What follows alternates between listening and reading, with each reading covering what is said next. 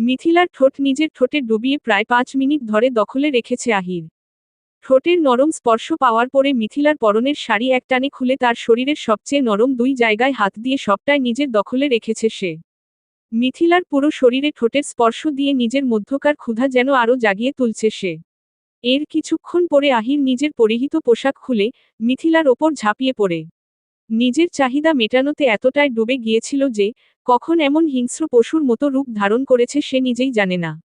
আর এদিকে একটা ছেলের পুরুষত্ব আটকে খুব কম মেয়েরা নিজেকে বাঁচানোর ক্ষমতা রাখে, মিথিলাকেও হার মানতে হলো আহিরের পুরুষত্বের কাছে। তার হাতে যেন কিছুই ছিল না। কিন্তু আহিরের কি সেটা খেয়াল আছে যে নেশাগ্রস্ত অবস্থায় নিজের ওপর কন্ট্রোল হারিয়ে নিজের বাবার হবু বউকে ধর্ষণ করল সে। হ্যাঁ, ঠিক শুনেছেন, বাবার হবু স্ত্রী, মানে আহিরের হবু মা। 5 দিন আগের ঘটনা। খান বাড়ির কর্তা রায়হান খানের কিছু জরুরি কাজ থাকাতে গ্রামের বাড়িতে যেতে হয়। তিনি অবশ্য তার বড় ছেলে জেহান খানকে বারবার করে গ্রামে এসে কাজটা করে যেতে বলেছিলেন। কিন্তু জেহান সবসময় তার বাবার বিরুদ্ধে। বড় ছেলে না আসতে চাওয়ায় ছোট ছেলে আহিরকে আর এ বিষয়ে কিছু না জানিয়ে নিজেই গ্রামে আসেন। গ্রামের হাই স্কুলের পাশ দিয়ে হেঁটে যাচ্ছিলেন রায়হান খান। তিনি খেয়াল করলেন কিছু মেয়ে কানামাছি খেলছে, তিনি মেয়েগুলোর দিকে অপলক ভাবে চেয়ে দেখছিলেন। আজ প্রথম নয়, অল্প বয়সী মেয়েদের দেখলে কখনো নিজেকে ঠিক রাখতে পারেন না তিনি। যার কারণে 2 ছেলের কাছে তিনি চরিত্রহীনের চাইতেও অনেক কিছু। এরই মধ্যে তার নজর যায় সামনে এগিয়ে আসতে থাকা এক সুন্দরী যুবতীর দিকে। এইবার আর নিজেকে কোনোভাবেই আটকে রাখতে পারছেন না, জিহ্বা যেন বেরিয়ে আসতে চাচ্ছে। রায়হান খান মেয়েটিকে আটকে দিয়ে তার দিকে এগিয়ে গিয়ে বললেন, এই মেয়ে তুমি কার মেয়ে, তোমার বাবার নাম যেন কি? রায়হান খানের কণ্ঠে এক অদ্ভুত কৌতূহল। মেয়েটি মাথার ঘোমটা ঠিক করে তাকালো, সে খেয়াল করল লোকটার চোখে মুখে বিনয়। তবে দৃষ্টি ছিল দৃঢ়।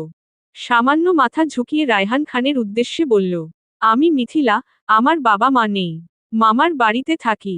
মফিজ মিয়া আমার মামা। মেয়েটি আর দাঁড়ালো না, সঙ্গে সঙ্গে চলে গেল। সেদিন সন্ধ্যাবেলা মেয়েটির কথাগুলো বারবার মাথায় ঘুরে ফিরে আসছিল রায়হান খানের। কৌতূহল, বিস্ময় নাকি অন্য কোনো টান, তিনি নিজেও ঠিক বুঝে উঠতে পারছিলেন না। শেষ পর্যন্ত তিনি মেয়েটির মামা মফিজ মিয়ার খোঁজ করতে করতে তার বাড়ির সামনে এসে দাঁড়ালেন। গরিবের সরল ঘর, উঠোনে লাল মাটির গন্ধ। সেই বাড়িতে স্বয়ং রায়হান খানকে দেখা মানেই যেন বিরাট ঘটনা। দরজায় দাঁড়াতেই মফিজ মিয়ার পরিবার বিস্ময় থমকে গেল। মুহূর্ত পরেই মুখে ফুটে উঠল অঝোর আনন্দ। গ্রামের এক প্রভাবশালী মানুষ তাদের দোরগোড়ায়।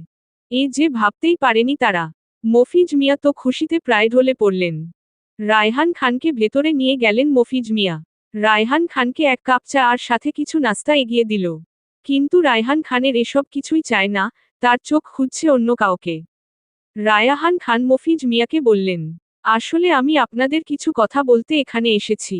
মফিজ মিয়া ফ্যালফ্যাল করে তাকিয়ে রায়হান খানকে বলল, হ্যাঁ বলেন না সাহেব। সব দ্বিধা কাটিয়ে রায়হান খান মফিজ মিয়াকে বলতে শুরু করলেন, আপনারা জানেনই তো শহরে আমার কত বড় ব্যবসা আছে, আবার গ্রামে বেশিরভাগ জমির মালিকই আমি। এসব আমি কাকে দিব, আমার বউ তো সেই কবেই আমাকে ছেড়ে চলে গেছে। না হলে যা আমার সবই তো আমার বউই পেত, তাই না? আমি এত ঘুরিয়ে আর না বলি। আসলে আপনার ভাগ্নি মিথিলাকে আমার খুব পছন্দ, যদি আপনারা রাজি থাকেন তাহলে মিথিলাকে আমার বউ করে নিয়ে যেতাম। আমি কথা দিচ্ছি, মিথিলাকে আমি রানী করে রাখব। আমার যা আছে সবই ওর নামে করে দিব। আর আপনাদের যা চাই আমি তাই দিতে রাজি, বলেন কত টাকা চাই আপনার? রায়হান খানের এ কথা শুনে মফিজ মিয়া তো মহা খুশি। উনি কখনো কল্পনাও করতে পারেনি যে তার ঘর বেয়ে এমন প্রস্তাব আসবে। টাকার কাছে মানুষ বিক্রি, মফিজ মিয়ার ক্ষেত্রেও আলাদা কিছু হলো না। টাকার জন্য নিজের 17 বছর বয়সী ভাগ্নিকে 58 বছরের বুড়োর সাথে বিয়ে দিতে একটু পিছুটান দেখালো না মফিজ মিয়া। সঙ্গে সঙ্গে রাজি হয়ে গেলেন। সেদিনই মফিজ মিয়া মিথিলাকে জোর করে রায়হান খানের হাতে তুলে দিলেন।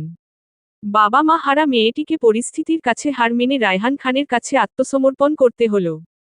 রাতেই মিথিলাকে নিয়ে শহরে ফিরে গেলেন রায়হান খান, তিনি লুকিয়ে একা একা বিয়ে করতে চাননি। সবাইকে জানিয়ে ধুমধাম করে বিয়ে করার সিদ্ধান্ত নিলেন। ভালো দিনক্ষণ দেখে 10 দিন পরে বিয়ের তারিখ ঠিক করা হলো। রায়হান খানের 2 ছেলের কেউ রায়হান খানকে এক তিল পরিমাণ সহ্য করতে পারে না, আর বাবার এমন কাণ্ড দেখে তো বাবার ওপরে তাদের ঘৃণা ছাড়া আর কিছুই আসছে না।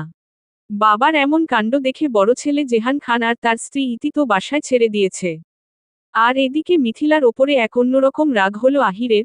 টাকার কাছে মানুষ এইভাবে বিক্রি হয়ে যেতে পারে, মিথিলাকে না দেখলে মনে হয় জানতেই পারত না সে। এত অল্প বয়সী একটা মেয়ে কিভাবে বাবার বয়সী লোককে বিয়ে করতে পারে, ভেবেই তার ঘৃণাতে গা গুলিয়ে উঠছে। কিন্তু সে কি জানে, এই নির্মম নিষ্পাপ মেয়েটিকে কিভাবে জোর করে এই বুড়ো লোকটার কাছে বিক্রি করে দেওয়া হয়েছে। বাবার এমন কর্মকাণ্ড দেখে সবচেয়ে ভালো ছেলেটাও আজ নেশা করে এসে সমস্ত কন্ট্রোল হারিয়ে নিজের বাবার হবু বউকে ধর্ষণ করল।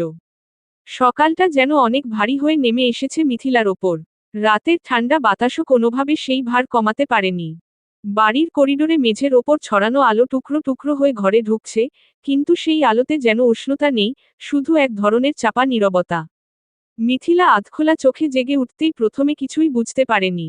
ঘরের কোণে রাখা পানির গ্লাসটা, বিছানার পাশে পড়ে থাকা তার ওড়না সবই কেমন অপরিচিত লাগছিল। তার শরীরের ভেতর একটা চাপা ব্যথা, গলায় শুকনো কান্নার দাগ, আর চোখের নিচে কালো ছাপ, সব মিলিয়ে যেন রাতটা তার পুরো জীবন বদলে দিয়েছে। কিন্তু সবচেয়ে বেশি বদলে গেছে ভেতরের অনুভূতি। ভয়, লজ্জা, অপমান, এবং সবচেয়ে বেশি একাকিত্ব। সে উঠে বসতে গিয়েও থেমে গেল। মনে হলো চারদিক থেকে কেউ দেখছে, কেউ বিচার করছে। এমনকি নিজের ছায়াটাকেও ভয় লাগছিল। তার কান দুটোয় তখনও বাজছিল গত রাতের শব্দ, আহিরের অসংলগ্ন আচরণ, হঠাৎ শক্ত হয়ে উঠা তার হাত, ভাঙা ভাঙা কথাবার্তা, আর সেই ভয়াবহ মুহূর্ত, যেটা সে কখনো ভুলতে পারবে না। এমন সময় দরজায় হালকা ঠকঠক শব্দ হলো। মিথিলার নিঃশ্বাস যেন আটকে গেল। হৃৎপিণ্ড বেরিয়ে আসবে এমন অনুভূতি হচ্ছে। দরজার ওপাশ থেকে খুব নরম, খুব ভাঙা গলা শোনা গেল। মিথিলা, আমি একটু কথা বলতে পারি? তার চোখ ভিজে উঠল সঙ্গে সঙ্গে। গলা শুকিয়ে গেল। কিছু বলার শক্তি যেন শরীরে নেই। দরজার ওপাশে দাঁড়িয়ে ছিল আহির। নেশা একেবারে কাটিয়ে ফেলেছে অনেক আগেই। কিন্তু নেশার পরের মানুষটা আজ নিজের ছাটাকেও সহ্য করতে পারছে না। তার মনে হচ্ছে সে মানুষ নয়, একটা পশু। সে জানে না কিভাবে চোখ তুলে মিথিলার মুখ দেখবে। দরজা একটু করে খুলল। মিথিলা দরজার ফাঁকে দাঁড়িয়ে আছে, মুখে ভয়ের ছাপ, চোখে অসম্ভব অপমান আর আতঙ্ক। আহির মাথা নিচু করে দাঁড়িয়ে। তার কণ্ঠ কাঁপছে। আমি আমি জানি তুমি এখন আমার মুখ দেখতে চাইবে না। আমি হয়তো পৃথিবীর সবচেয়ে বড় অপরাধী তোমার কাছে, হওয়াটাই স্বাভাবিক। মিথিলা কোনো কথা বলল না। তার চোখ বেয়ে পানি নামছে, কিন্তু সে চেষ্টা করছে শব্দ না বের করতে। আহির তার দিকে তাকানোর সাহস পেল না। গত রাতে আমি কি হয়ে গিয়েছিলাম আমি নিজেও জানি না। আমি শুধু জানি আমি তোমায় সেইভাবে আর কোনোভাবেই স্পর্শ করার মানুষ না। সে নিজের দুহাত শক্ত করে চেপে ধরল। আমি তোমায় ক্ষমা চাইতে এসেছি, কিন্তু জানি ক্ষমা চাইবার অধিকারও আমার নেই। মিথিলার বুকের ভেতরটা মোচড় দিয়ে উঠল। সে মুখে হাত চেপে ধরে একদম আস্তে কেঁদে ফেলল। আহির সেই কান্না শুনেও তাকালো না। সে দূরের দিকে তাকিয়ে বলল, তোমার যেই শাস্তি দিতে ইচ্ছা হোক, আমি মেনে নেব। তুমি চাইলে আমাকে পুলিশের কাছে দিতে পারো, তুমি চাইলে বাবাকে সব বলতে পারো।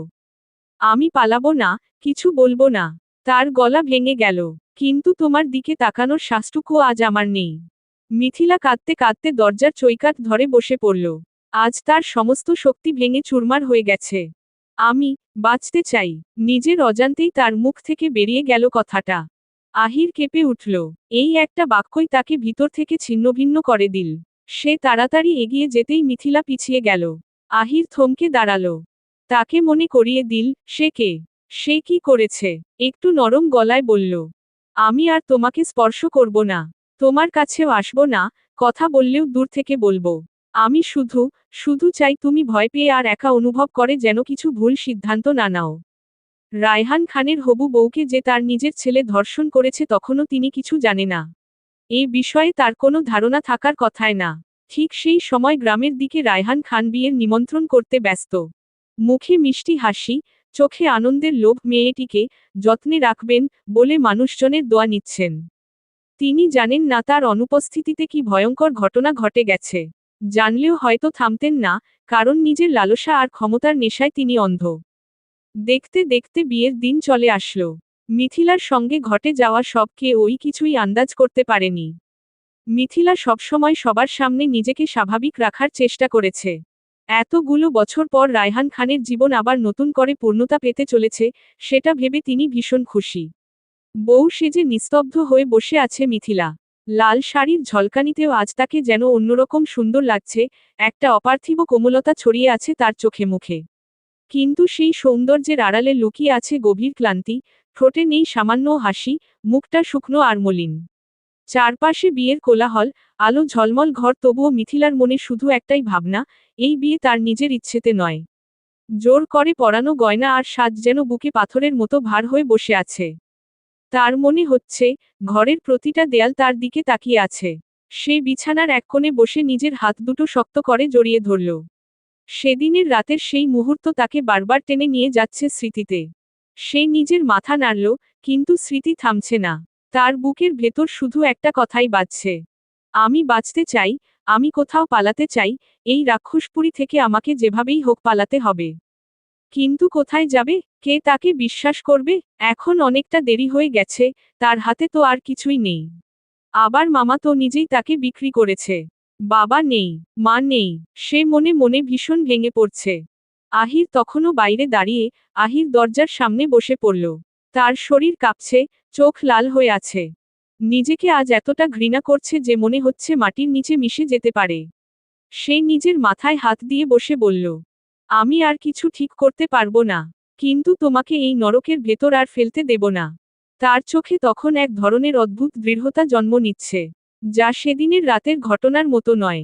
এটা ভয়ের থেকেও গভীর, নিয়ন্ত্রণহীনতার থেকেও পবিত্র এক প্রতিজ্ঞা। কিছুক্ষণ পরে মিথিলা দরজার নিচে ছায়া দেখে চমকে উঠল।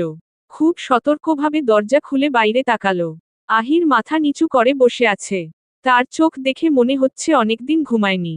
মিথিলা খুব আস্তে বলল, আপনি এখানে কেন? আহির ধীরে ধীরে মাথা তুলল।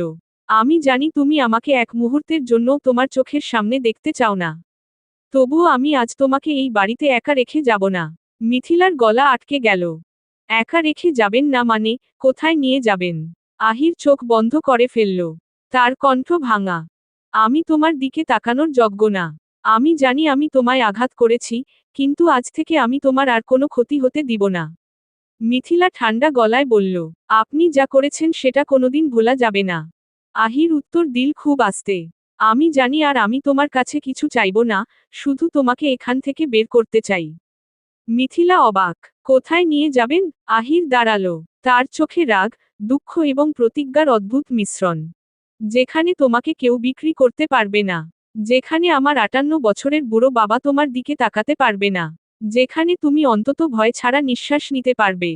মিথিলা পিছিয়ে গেল। আমি কোথাও যেতে চাই না। আহির এগোলো না, শুধু বলল, আজ তোমার চাওয়া নয়, তোমার নিরাপত্তা গুরুত্বপূর্ণ। এই বাড়িতে তুমি নিরাপদ নও।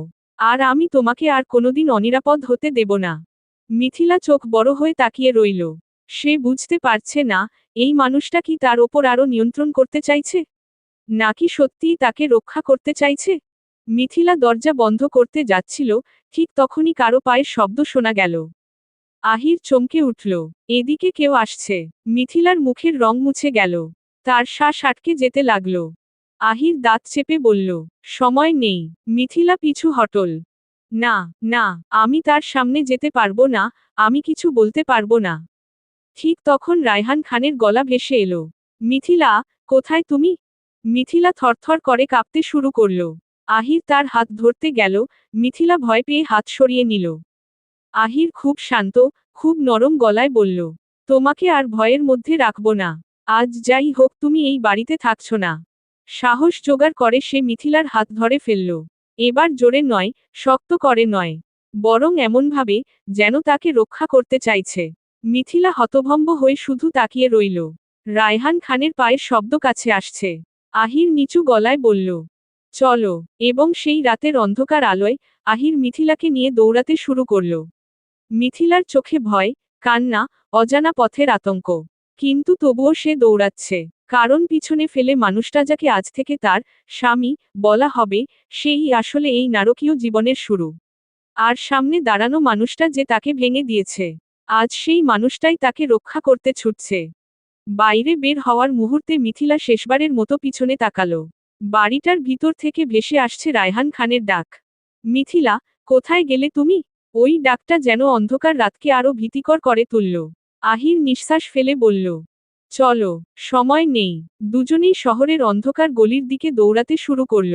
রাত তখন প্রায় 10:30। স্বাভাবিক দিনে এই সময়ও শহরের রাস্তায় মানুষের কলরব থাকে, কিন্তু আজ যেন অদ্ভুত নীরবতা। দূরে কোথাও হর্ন বাজছে, দূরে ফ্লাইওভারের ওপর গাড়ির নিরবচ্ছিন্ন শব্দ, কিন্তু এই গলিটা ভয়ঙ্কর নিস্তব্ধ। ঠিক তখন ফোঁটা ফোঁটা বৃষ্টি পড়তে থাকে। মিথিলা কাঁপল। আকাশ যেন হঠাৎ করে ঝুলে আছে মাথার ওপরে। আর এক মুহূর্ত পরেই ঝপঝপ ঝোপঝপ প্রচণ্ড বৃষ্টি নেমে এলো। হঠাৎ, কোনো শব্দ ছাড়াই শহরের রাস্তার বাতিগুলো বৃষ্টির ফোঁটায় ঝাপসা হয়ে যাচ্ছে। গলি থেকে মূল রাস্তা পর্যন্ত পানি জমে যাচ্ছে কয়েক মিনিটেই। মিথিলা ভিজে যাচ্ছে পুরোপুরি। ওড়না গায়ে লেপ্টে গেছে, চোখে পানি ঢুকছে, শ্বাস নিতে কষ্ট হচ্ছে। আমি আর পারছি না। তার কণ্ঠ ভেঙে যাচ্ছে। আহির তার হাত আরো শক্ত করে ধরল। আর কিছু দূর, মাত্র আর কয়েকটা গলি পার হলেই আমরা লোকজনের রাস্তা পাব। মিথিলা হাঁপাতে হাঁপাতে এগোলো। সামনে ব্যস্ত শহরের আলো, শপিং মল, রাস্তায় অটো রিকশা, একটা ভাঙা ফুটপাত, কিন্তু এই মুহূর্তে সেগুলোও যেন ভুতুড়ে লাগছে। হঠাৎ মিথিলা থমকে দাঁড়িয়ে গেল। না না, আমি আর যেতে পারবো না। আহির ঘুরে মিথিলার দিকে তাকালো। তার চোখে একসঙ্গে ভয় আর দৃঢ়তা। তুমি থামলে ওরা তোমাকে নিয়ে যাবে। তোমাকে বাঁচাতে হলে তোমাকে এগিয়ে নিয়ে যেতেই হবে। ঠিক তখন পিছন দিক থেকে কারো চিৎকার, এই, ওরা ওখানে! মিথিলার শরীর জমে গেল। পিছন ফিরে দেখার সাহসও নেই। তারা কি রায়হান খানের মানুষ? নাকি বাড়ির নিরাপত্তারক্ষী? নাকি কেউ দেখে ফেলেছে কোথা থেকে পালাচ্ছে? আহির দাঁত চেপে ফিসফিস করে বলল, দৌড়াও, এখনই। দুজনেই ছুটতে শুরু করল শহরের ভিজে রাস্তায়। পানি জমে গিয়েছে হাঁটু পর্যন্ত। ঢাকনার ওপর পড়ে থাকা পানি ময়লা, কিন্তু তাও থামার উপায় নেই। এবার তারা উঠে গেল একটা আন্ডারপাসের দিকে। আন্ডারপাস অন্ধকার, আলো ঠিকমতো কাজ করছে না। কোথাও কোথাও পানি টপটপ করে পড়ছে। এক কোণে কিছু ছিন্নমূল মানুষ ঘুমিয়ে আছে। বৃষ্টির শব্দে তারা কিছুই টের পায় না। আহির মিথিলাকে নিয়ে সেই আন্ডারপাস পার হতে লাগল। অন্ধকারের ভেতর তাদের ছায়া দুলছে। হঠাৎ, ধারাম! আন্ডারপাসের ঠিক ওপরে ভীষণ বজ্রপাত হল। মিথিলা ভয়েই চিৎকার করে ফেলল। আহ! ভয়ে সে আহিরের জামা ধরে ফেলল অজান্তেই। এক মুহূর্তের জন্য সে ভুলে গেল এই মানুষটাই তাকে সেই রাতের নরকে ফেলেছিল। আহির থামল না, শুধু বলল, ঠিক আছে, ভয় পেও না, আমি আছি। শব্দ দুটো আবারও তার বুক কেঁপে দিল। আন্ডারপাসের অপর প্রান্তে এসে তারা থামল। বৃষ্টির শব্দ কিছুটা কম। এখানে একটা পুরনো কাঠের ঝুপড়ির মতো ওয়াচম্যানের ঘর আছে, কিন্তু এখন খালি। আহির দরজাটা ঠেলে ভেতরে ঢুকল। ঘরটা খুব ছোট। একটা টেবিল, পুরনো চেয়ার, কিছু কাগজপত্র।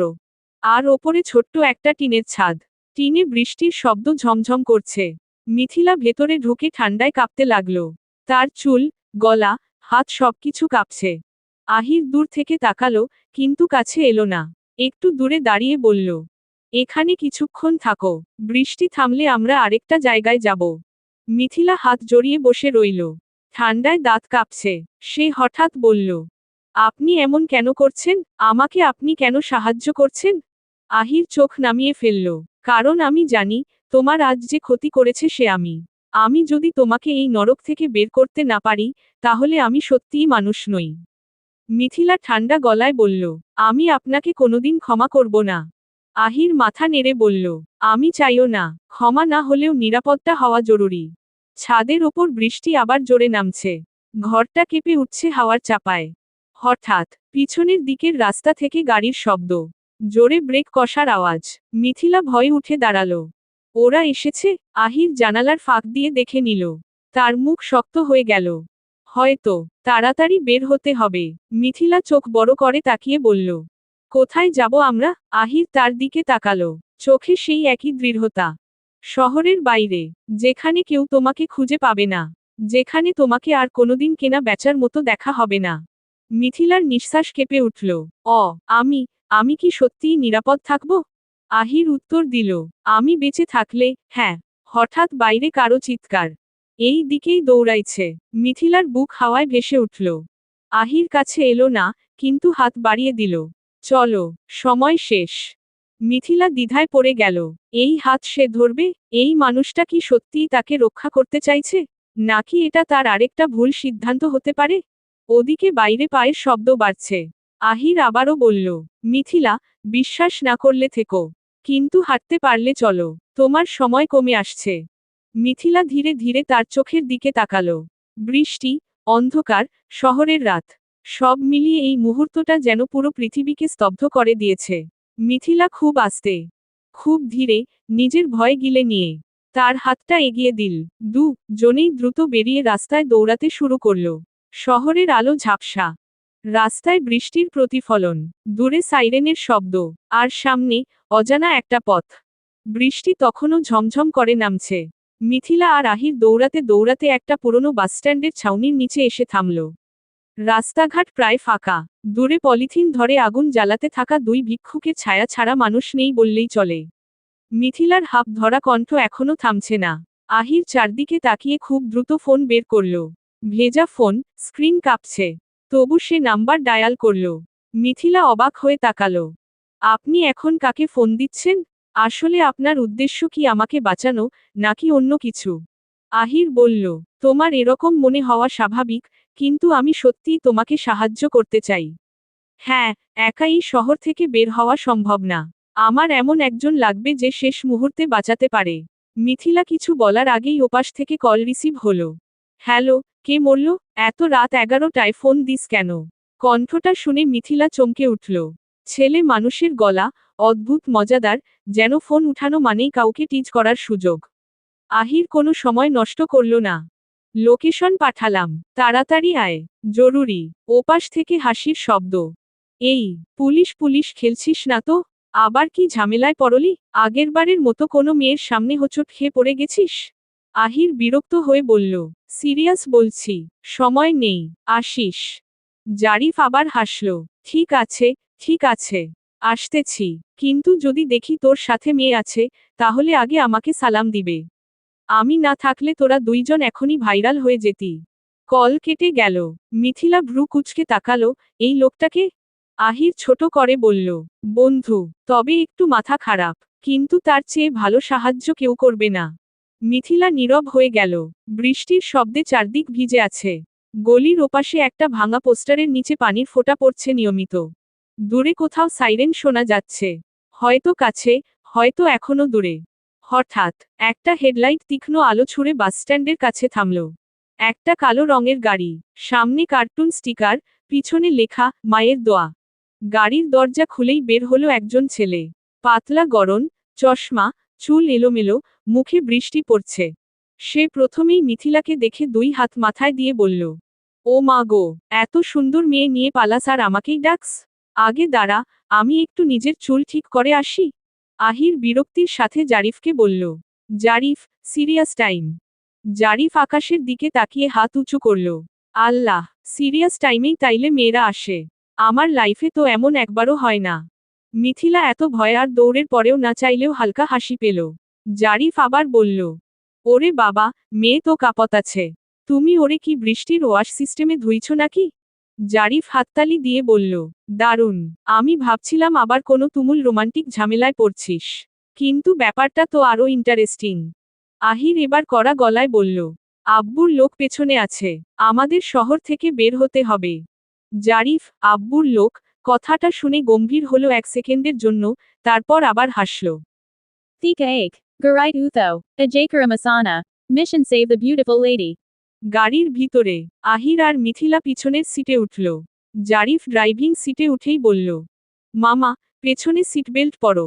আর হ্যাঁ, তোমরা যদি জড়িয়ে বসতে চাও, আমি দেখেও দেখব না। আমি খুব ভদ্র ছেলে। মিথিলা লজ্জায় মুখ ফিরিয়ে জানালার দিকে তাকালো। আহির রাগে গুমিয়ে বলল, জারিফ, চুপ।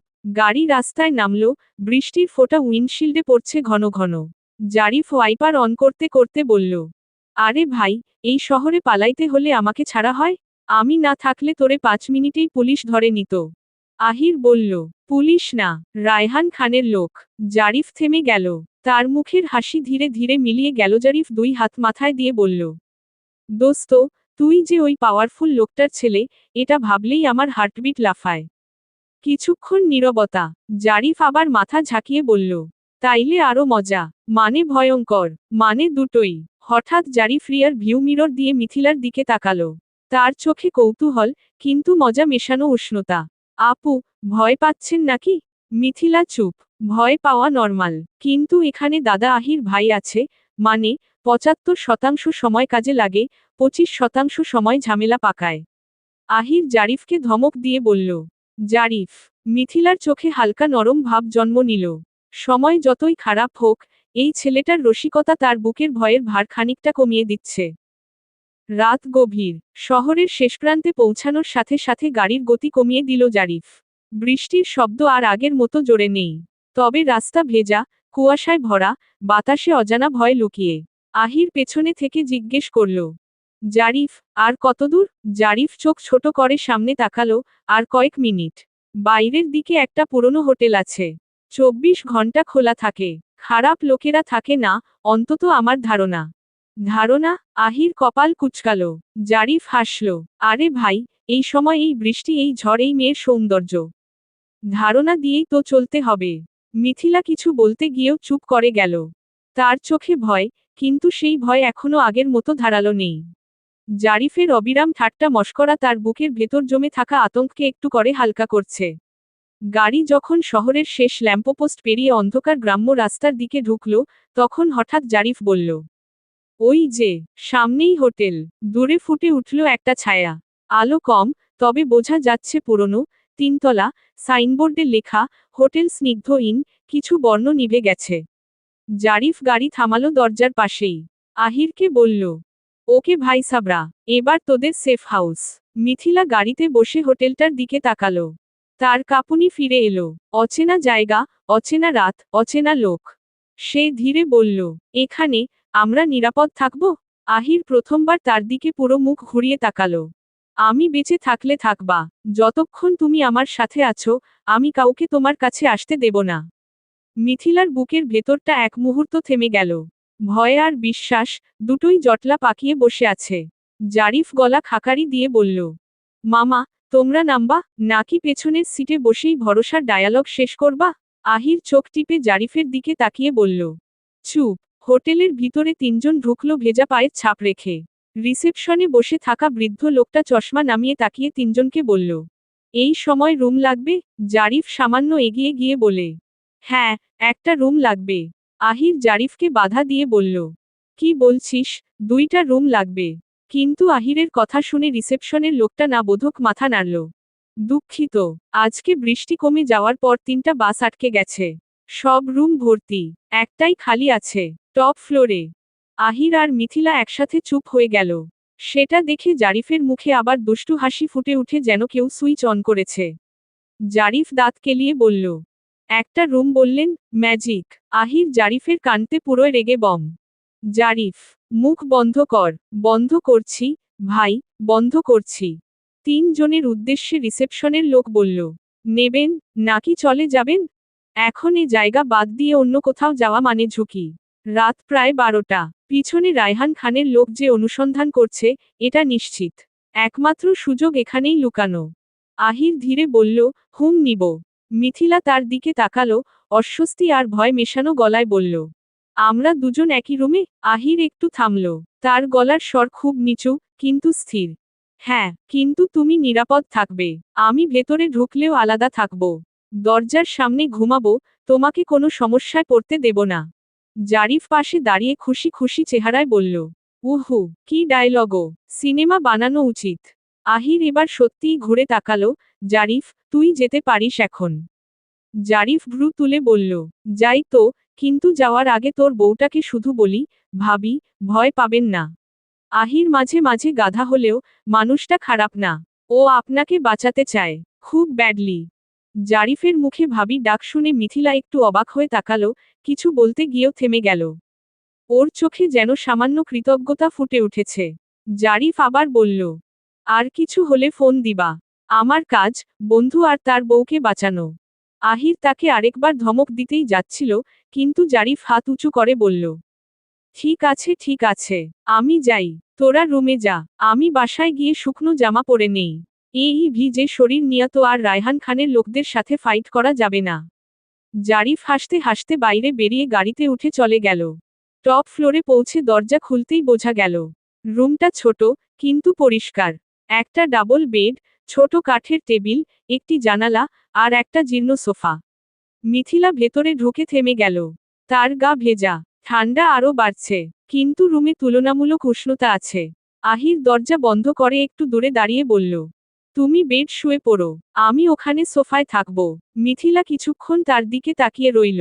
তার মুখে সন্দেহ নেই, কিন্তু ভয় আছে।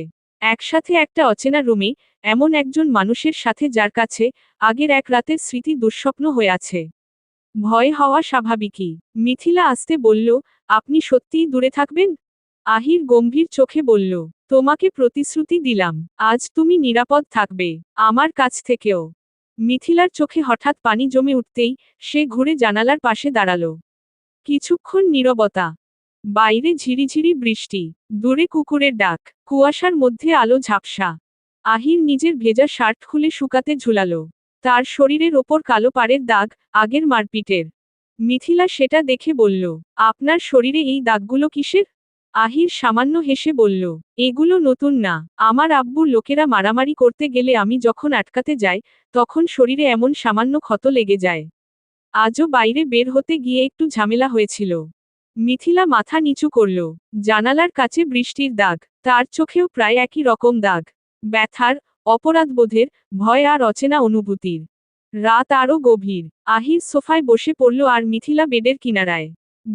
জনেই কথা বলছে না, শুধু বাইরে বৃষ্টির শব্দ। হঠাৎ মিথিলা বলল, আপনি জানেন, আমি আপনাকে আজও ভয় পাই।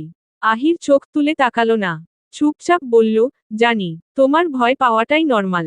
ভুলটা আমার ছিল, দোষ পুরোপুরি আমার। আর আমি জানি তুমি কখনো আমাকে ক্ষমা করবে না। তবে এই মুহূর্তে তোমাকে বাঁচানোই আমার কাজ। মিথিলার গলা ক্ষীণ হয়ে গেল। কিন্তু, কেন? আপনি তো চাইলে আমাকে রেখে চলে যেতে পারতেন। আহির এবার মাথা তুলল। কারণ আমি নিজের চোখে দেখেছি, আজ তোমাকে যারা ধরতে চেয়েছিল তারা মানুষ না। তোমাকে আমি সেই জায়গায় ফেলে যেতে পারতাম না। জীবনে অনেক ভুল করেছি, কিন্তু তোমাকে নিয়ে করা ভুলটা আর বড় হতে দিতে পারতাম না।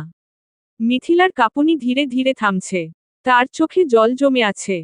সে ধীরে বলল, আমি আপনাকে ক্ষমা করতে পারবো না।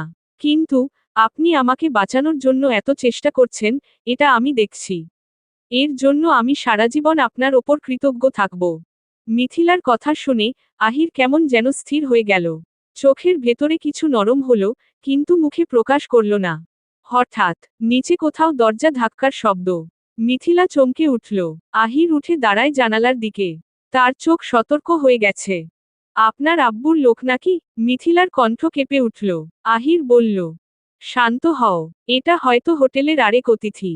কিন্তু, সে ধীরে দরজার কাছে গিয়ে কান লাগালো। নিচে কেউ দুইজন কথা বলছে। ওরা কি এখানে ঢুকছে? মিথিলা বিছানার কোণে সরে গেল। না, এটা অন্য রুম, আমাদের দরজার সামনে কেউ নেই। মিথিলা গভীর নিঃশ্বাস ফেলে, তবে ভয় এখনো যায়নি। 1 ঘন্টা কেটে গেছে। বৃষ্টি থেমেছে প্রায়। আহির সোফায় আধশোয়া, মিথিলা বেডের এক কোণে। হঠাৎ সে বলল, আপনি ঘুমাচ্ছেন? আহির চোখ না খুলেই বলল, না, ঘুমাতে পারবো না, তোমার নিরাপত্তা দেখতে হবে। মিথিলা মনে মনে বলল, এই মানুষটা আসলে কে? রায়হান খানের ছেলে, যে নাকি ভয়ের নাম। কিন্তু আজ তার চেহারা অন্যরকম ভয়ঙ্কর না, বরং ক্লান্ত। আর কিছুটা ভাঙা। সে নরম কণ্ঠে আস্তে করে বলল, আপনি আমাকে কি সত্যিই রক্ষা করতে পারবেন? আহির চোখ খুলে তার দিকে তাকালো। আমি মরে গেলেও চেষ্টা করব। মিথিলা বুক চেপে ধরল। এমন কথা এই জীবনে কেউ বলেনি। হঠাৎ বিদ্যুৎ চলে গেল, রুম অন্ধকার। মিথিলা ভয় উঠে দাঁড়ালো। আহির সাথে সাথে বলল, শান্ত হও, এখানে ইনভার্টার আছে। 2 সেকেন্ড পর একটি ক্ষীণ হলুদ লাইট জ্বলে উঠল। ছায়া পড়ে জনের মুখে। মিথিলা বিছানার কোণ থেকে বের হয়ে বলল, আমি ভয় পেয়েছিলাম। আহির তাকে দেখে বলল, ভয় পাওয়াটা ঠিক আছে। এই রাতটাই ভয়ঙ্কর। কাল সকাল হলেই আমরা এখান থেকে বেরিয়ে যাব। কোথায়? দূরে, শহর থেকে আরো দূরে, যেখানে রায়হান খানের লোক পৌঁছাতে পারবে না। মিথিলা কিছুক্ষণ আহিরের দিকে তাকিয়ে থাকল। তার চোখে প্রথমবারের মতো আহিরের ওপর একটু বিশ্বাস ফুটে উঠল। এরপরে জনেই কিছুক্ষণ চুপ। মিথিলা বিছানায় শুয়ে পড়ল, কিন্তু মুখটা জানালার দিকে। পেছনে আহির সোফায় শুয়ে। কিছুক্ষণ পর মিথিলা খুব আস্তে বলল, ধন্যবাদ, আমাকে না ফেলে যাওয়ার জন্য। আহির চোখ বন্ধ করেই বলল, এটা আমার দায়িত্ব ছিল। যেন আর কিছু বললে নিজের ভেতরের নরম জায়গাটা প্রকাশ হয়ে যাবে। রাত আরও গভীরে। কোথাও দূরে বজ্রপাত। জানালার ওপরে শুয়ে থাকা পানির ফোঁটা নিচে ঝরে পড়ছে। মিথিলা ধীরে ঘুমিয়ে যাচ্ছে। আহির ঘুমায় না। চোখ খোলা রেখে দরজার দিকে তাকিয়ে থাকে। রাতের অন্ধকার যেন তাকে ছেড়ে যায় না। কিন্তু তবুও, আজ সে একটাই জিনিস মনে মনে বলছে। আমি ভুল করেছি। কিন্তু আজ আর ভুল করতে দেব না। তার চোখের কোণে ক্লান্তি, কিন্তু মুখে একরকম জেদ। হঠাৎ তার ফোন ভাইব্রেট করল। স্ক্রিনে জারিফের মেসেজ। ঘুমাইস না, রায়হান খানের গাড়ি শহরে দেখা গেছে। যত্ন নিস। আহির স্ক্রিনের আলোয় খুব আস্তে বলল। আমি আছি। এখানে কেউ আসতে পারবে না। মিথিলার ঘুমন্ত মুখের দিকে তাকালো 1 সেকেন্ড। তার ছায়া অন্ধকার জানালায় মিশে যাচ্ছে। রাত আরও একটু নামল। আরও ভয় ঢুকল। আরও নীরবতা। এবং এই নীরবতার মধ্যেই এক অদ্ভুত নিরাপত্তা তৈরি হলো। দুজন এক রুমে, কিন্তু দুজনের মাঝখানে 1000 মাইল দূরত্ব আছে, আবার অদ্ভুতভাবে এক হাত দূরের উষ্ণতাও। প্রভাত ধীরে ধীরে ভেসে আসছে। রাতের অন্ধকার সরে গিয়ে জানালার ফাঁক দিয়ে আলো ঢুকতেই রুমটা আর আগের মতো ভীতিকর লাগছে না। হোটেল স্নিগ্ধ ইন এর উপরের তলার ছোট্ট সেই রুমটায় নীরবতার মধ্যে প্রথম নাড়ালো মিথিলা। ঘুম ভাঙার পর প্রথমেই সে বুঝল তার গা ব্যথা করছে, চোখ জ্বালাপোড়া করছে, আর শরীরে আগের দিনের ভয়ের ছায়া এখনো লেগে আছে। তার সামনে সোফায় গা এলিয়ে আধঘুমে থাকা আহিরকে দেখেই বুকের কোথাও যেন ভয় আর নিরাপত্তা একই সাথে কাঁপল। গতকাল তার বিয়ের দিন ছিল। রায়হান খানের স্ত্রী হওয়ার কথা ছিল। বয়স তার বাবার থেকেও বেশি সেই মানুষটাকে স্বামী হিসেবে গ্রহণ করতে হতো। আর এখন, সে এক অপরিচিত রুমে, এক ভয়ঙ্কর রাতের পর, আহিরের সাথে লুকিয়ে আছে। সে আহির যে কিনা তাকে ধর্ষণ করেছিল। মিথিলা খুব আস্তে বসে পড়ল। তার চোখে দারুণ ক্লান্তি। মনে মনে বলল, শেষ পর্যন্ত আমি কোথায় এসে দাঁড়ালাম। ওই সময়ই ধীরে ধীরে চোখ খুলল আহির। ওর চোখ আজ আগের চেয়েও গভীর, ক্লান্ত, আর সতর্ক। ঘুম ভেঙেছে? আহির নিচু গলায় জিজ্ঞেস করল। মিথিলা মাথা নাড়ল, কিন্তু কিছু বলল না। তার চোখ ভেজা, মুখটা ফ্যাকাশে। আহির আর কিছু জিজ্ঞেস করল না, দূরত্বটা সে নিজেই রেখেছে। কিছুক্ষণ পর হঠাৎ, ট্রিং ট্রিং। দরজায় নক। আহিরের চোখ মুহূর্তেই তীক্ষ্ণ হয়ে গেল। সে ধীর পায়ে দরজার কাছে গিয়ে বলল। কে? বাইর থেকে জারিফের আনন্দমাখা গলা। তোর বাপ রে। দরজা খোল, ভাইয়া। কনফার্ম করতে এসেছি, তোরা এখনো বেঁচে আছিস তো? দরজা খুলতেই জারিফ ঢুকে পড়ল। কিন্তু এবার ওর মুখে হাসির বদলে টেনশন। জারিফ ঘরে ঢুকেই প্রথমে মিথিলাকে, পরে আহিরকে দেখল। 1 সেকেন্ড চুপ করে থাকল। তারপর বলল, তোরা দুইজন আজ পুরোপুরি শেষ। আহির চোখ বড় করল, মনের মধ্যে অজানা ভয় কাজ করতে শুরু করল। কি বলছিস? জারিফ ফোনটা বের করে সামনে ধরতেই। ফোনের স্ক্রিনে নিউজের শিরোনাম। মিথিলা আহির পরকীয়ায় লিপ্ত, বিয়ের আগের রাতেই পালালো। রায়হান খানের হবু বউকে নিয়ে পালিয়েছে তারই ছেলে। জনের ঘনিষ্ঠ ভিডিও ভাইরাল হতে যাচ্ছে। এসব দেখে মিথিলার মাথা ঘুরে যেতে লাগে, সে চিত হয়ে বসে পড়ল। আতঙ্ক মাখা ভাঙা গলায় বলল, এগুলো মিথ্যে। এসব কি লোকে বিশ্বাস করছে? জারিফ তিক্ত হেসে বলল, বিশ্বাস না করলে সমস্যা ছিল। এখন সমস্যা হলো, সবাই বিশ্বাস করছে। মিথিলার চোখে পানি চলে এলো। আমাকে নিয়ে এভাবে বলছে কেন? আমি কিছুই করিনি। আহির দাঁত চেপে দাঁড়ালো। রাগে তার চোখ লাল। বাবা এটা কেন করছে? জারিফ চোখে চোখ রেখে বলল, কারণ তুই তাকে প্রকাশ্যে অপমান করে তার হবু বউ নিয়ে চলে এসেছিস। আর তুই আহির পারিস নিজের হবু মাকে নিয়ে পালিয়ে ইতিহাস গড়ে দিয়েছিস। সোজা কথায়, রায়হান খান মানে তোর পিয়ারে আব্বু, তার সম্মান রক্ষা করতে চায়। আর তোরা চাইলেও এখন বাড়ি বা শহরে ফিরতে পারবি না, যতক্ষণ পর্যন্ত এই মিডিয়ার ঝড় থামছে না। মিথিলা মাথা হাত দিয়ে ঢেকে কাঁপতে কাঁপতে বলল, এখন আমি কি করব? সব শেষ, আমার জীবন শেষ। আহির তার দিকে তাকালো, কিন্তু এগিয়ে গেল না। কারণ সে জানে, তার কাছে যাওয়া এখন মিথিলাকে আরও অস্বস্তি দেবে। জারিফ এবার হাত কোমরে দিয়ে দাঁড়িয়ে বলল, একটা পথ আছে। আহির আর মিথিলা জনই মাথা তুলল। জারিফ গম্ভীর হয়ে বলল, বিয়ে করে ফেল, এখনই, এখানেই। মিথিলা চমকে দাঁড়িয়ে গেল। কি? আমি তাকে বিয়ে করব? যে আমাকে সেই রাতে। তার গলা আটকে গেল। তার মুখ সাদা হয়ে গেল।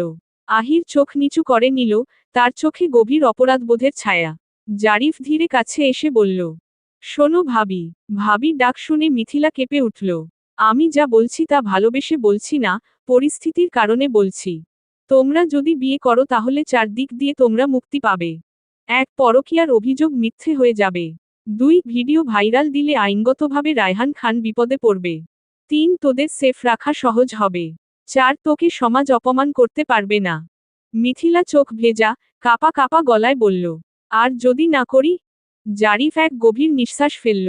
তাহলে সমাজ বলবে, একটা মেয়েকে স্বেচ্ছায় নিয়ে পালিয়েছে আহির। আর তুমিও রাজি ছিলে। 48 ঘন্টার ভেতর তোমার চরিত্র শেষ হয়ে যাবে। পরিবার নেই, সমাজ নেই, ভবিষ্যৎ নেই। আর রায়হান খানের লোক তোমাকে খুঁজে পেলে সোজা ওপরে পাঠিয়ে দিবে। এসব শুনে মিথিলার গলা শুকিয়ে গেল। সে জানালার দিকে তাকিয়ে দেখল, দূরে রাস্তা কুয়াশায় ঢেকে আছে। সে মনে মনে বলল, আমি কি সত্যিই এই মানুষটাকে বিয়ে করব, যে আমার জীবনের সবচেয়ে বড় ভয়ের কারণ? জারিফ ধীরে বলল, দেখো ভাবি, তোমার আহিরকে ক্ষমা করতে হবে না। কেউ বলছে না তুমি তাকে ভালোবাসবে। কিন্তু নিজেকে বাঁচাতে হলে আইনগতভাবে একটা ঢাল দরকার। এখন সেই ঢাল আহির ছাড়া আর কেউ না। আহির চুপচাপ দাঁড়িয়ে। সে একবারও মিথিলাকে বলেনি, আমাকে বিয়ে করো। উল্টো সে বলল, তুমি চাইলে আমি একাই পালিয়ে যাব। তোমাকে টেনে নিয়ে আসার অধিকার আমার নেই। তুমি চাইলে অন্য কোথাও নিয়ে রেখে আসব। তুমি যদি না চাও, আমি তোমাকে কখনোই জোর করব না। এই কথা শুনে মিথিলার বুক একটু কেঁপে উঠল। কেন যেন মনে হলো, এই মানুষটা সেই রাতের মানুষটা কিছুতেই হতে পারে না।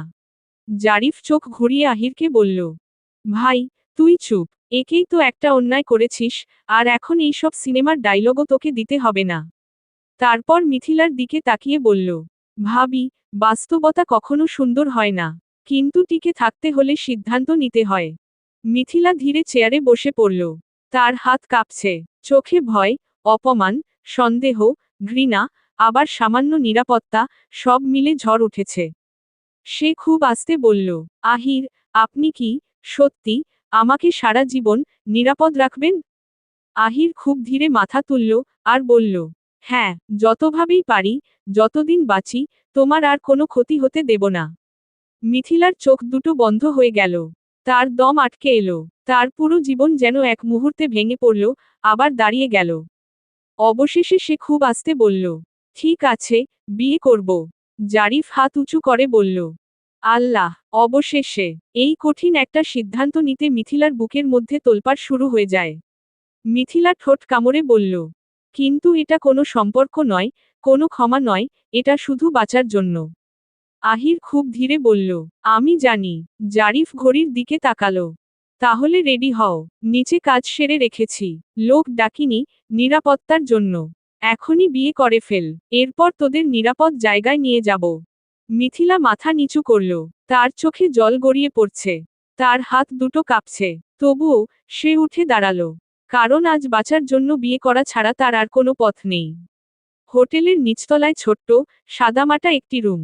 টেবিলের ওপরে রাখা সাদা কাপড়ে ঢাকা খাতা, কলম আর নরম আলো জ্বলতে থাকা একটি ছোট্ট ল্যাম্প। এক অদ্ভুত অস্থির পরিবেশ তৈরি করেছে। মিথিলা নিচে নামতেই বুকের ভেতরটা ধক ধক করছে।